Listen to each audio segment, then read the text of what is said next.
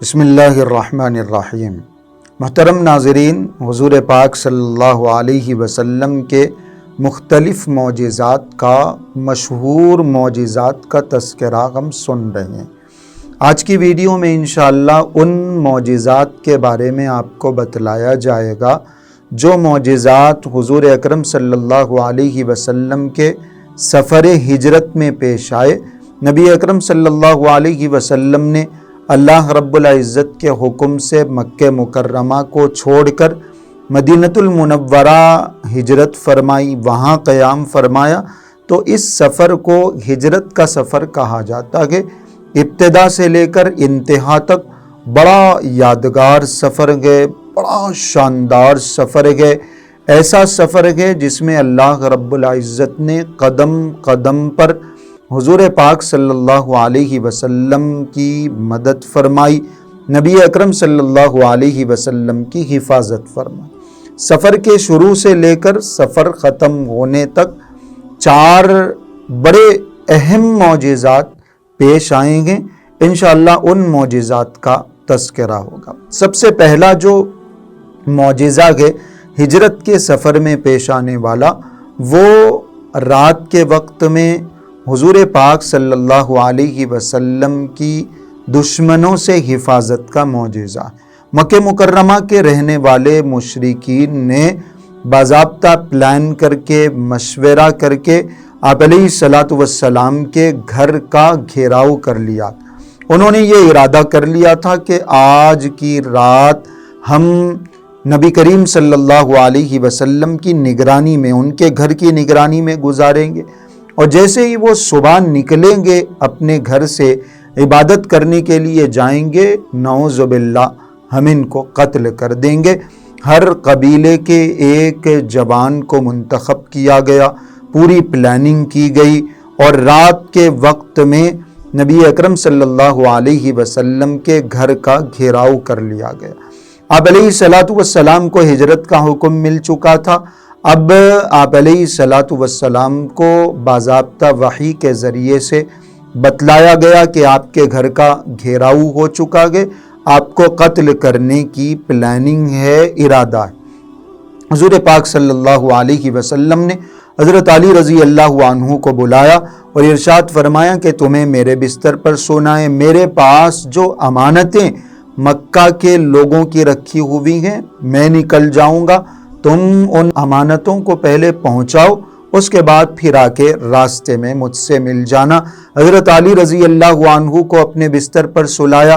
نبی اکرم صلی اللہ علیہ وسلم اپنے گھر سے باہر نکلے، مٹی اٹھائی اور سورہ یاسین کی آیت تلاوت فرمائی، وَجَعَلْنَا مِن بَيْنِ أَيْدِيهِمْ سَدًّا وَمِن خَلْفِهِمْ سَدًّا فَأَغْشَيْنَاهُمْ فَهُمْ لَا يُبْصِرُونَ، کہ ہم نے ایک آڑ ان کے آگے بنا دی اور ایک آڑ ان کے پیچھے بنا دی ہے، اور ہم نے ان کے آنکھوں پر پردہ ڈال دیا ہے، اب وہ دیکھ نہیں سکتے، فَهُمْ لَا يُبْصِرُونَ۔ نبی اکرم صلی اللہ علیہ وسلم نے مٹی اٹھا کے ہوا میں اڑائی، معجزہ یہ واقع ہوا، یہ پیش آیا، اللہ کی یہ مدد نازل ہوئی کہ وہ مٹی ہوا میں بکھر کے ان گھیرا کرنے والوں کی، ان دشمنوں کی آنکھوں میں چلی گئی۔ نبی اکرم صلی اللہ علیہ وسلم پورے اطمینان کے ساتھ ان کے سامنے سے گزر گئے، ان کے درمیان سے گزر گئے، نہ آپ علیہ الصلاۃ والسلام کو کوئی پہچان سکا، نہ نبی اکرم صلی اللہ علیہ وسلم کو کوئی دیکھ سکا۔ صبح جب دیر تک باہر کوئی نہیں نکلا، یہ لوگ اندر گئے، انہوں نے دیکھا کہ یہاں تو آپ علیہ الصلاۃ والسلام کی جگہ حضرت علی موجود ہیں، حضرت علی کا کچھ بگاڑ نہیں سکتے تھے، حضرت علی کو قتل کرنے کے ارادے سے وہ آئے نہیں تھے، اس لیے ناکام ہو کر واپس چلے گئے۔ ایسے اللہ رب العزت نے حضور پاک صلی اللہ علیہ وسلم کی حفاظت فرمائی۔ یہ معجزہ ہجرت کے سفر میں پیش آنے والا سب سے پہلا معجزہ۔ راستے سے گزر رہے ہیں، مکہ مکرمہ میں اعلان ہو چکا ہے، مکہ مکرمہ میں آواز لگائی جا چکی ہے کہ جو محمد صلی اللہ علیہ وسلم کو گرفتار کر کے لائے گا، پکڑ کے لائے گا، ان کے بارے میں بتلائے گا، اس کو 100 اونٹ انعام میں دیے جائیں گے۔ 100 اونٹ کوئی معمولی انعام نہیں تھا، بڑی دولت تھی۔ لوگ ادھر ادھر تلاش کرنے کے لیے نکل گئے۔ ان تلاش کرنے والوں میں ایک نام سراقہ ابن مالک کا بھی، بعد میں مسلمان ہو گئے، لیکن انعام کی لالچ میں ڈھونڈتے ڈھونڈتے تلاش کرتے کرتے حضور پاک صلی اللہ علیہ وسلم کے پاس پہنچ گئے، قریب پہنچ گئے۔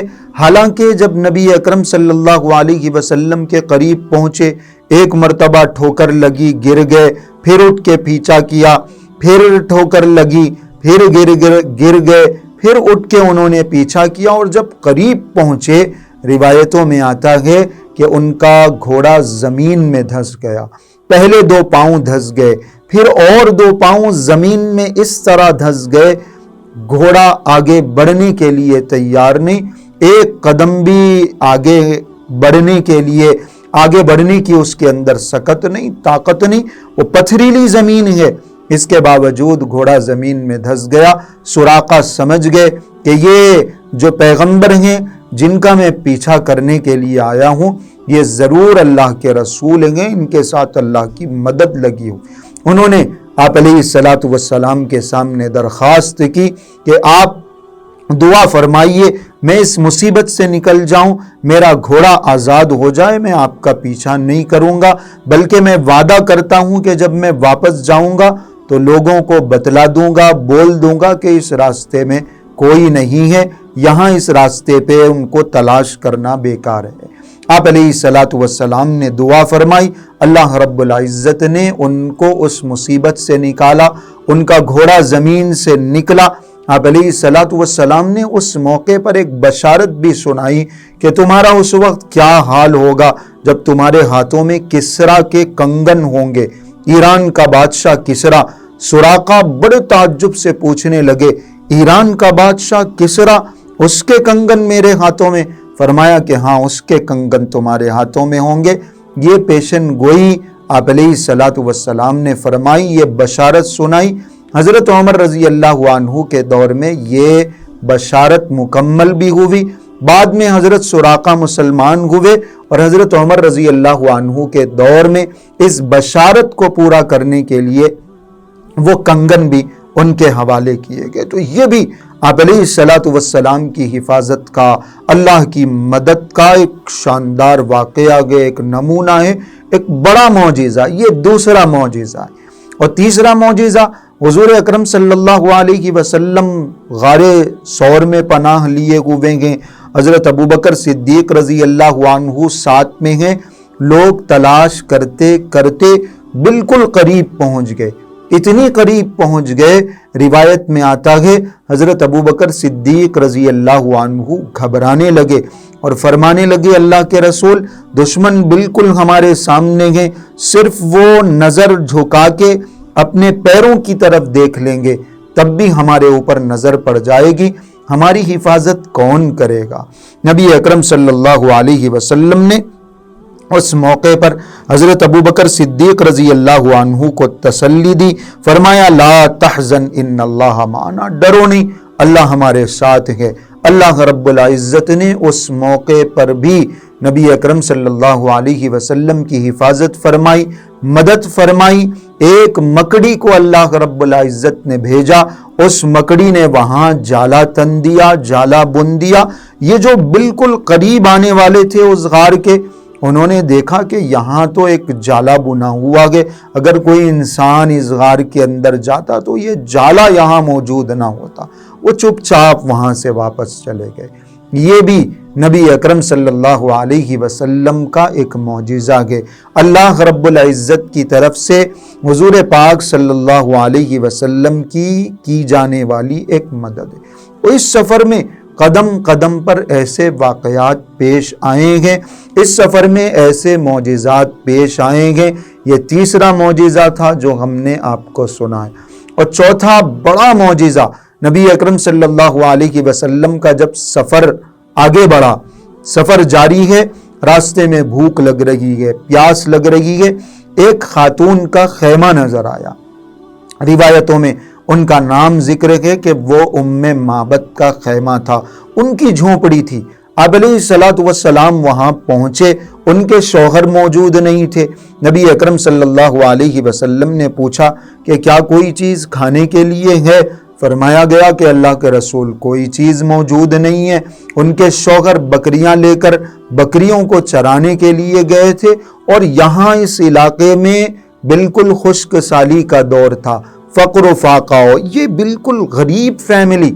نبی اکرم صلی اللہ علیہ وسلم نے ایک بکری کو دیکھا، کمزور گئے، لاغر گئے، بیمار گئے، پوچھا کہ یہ بکری ہے، کیا ہم اس بکری کا دودھ نکال سکتے ہیں؟ نکل جائے گا دودھ۔ آپ علیہ السلام کو ام معبد نے جواب دیا، اللہ کے رسول اگر اس میں دودھ ہوتا تو یہ بکری یہاں کیوں نظر آتی؟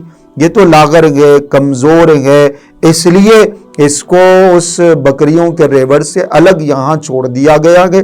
جو صحت مند بکریاں ہیں، جو دودھ دینے والی بکریاں ہیں، وہ تو آگے چلی گئیں۔ آپ علیہ السلام نے اجازت لی اور پھر بکری کے تھنوں پہ اپنا مبارک ہاتھ پھیرا، برتن منگایا۔ روایتوں میں آتا ہے کہ وہ برتن پورے کا پورا دودھ سے بھر گیا۔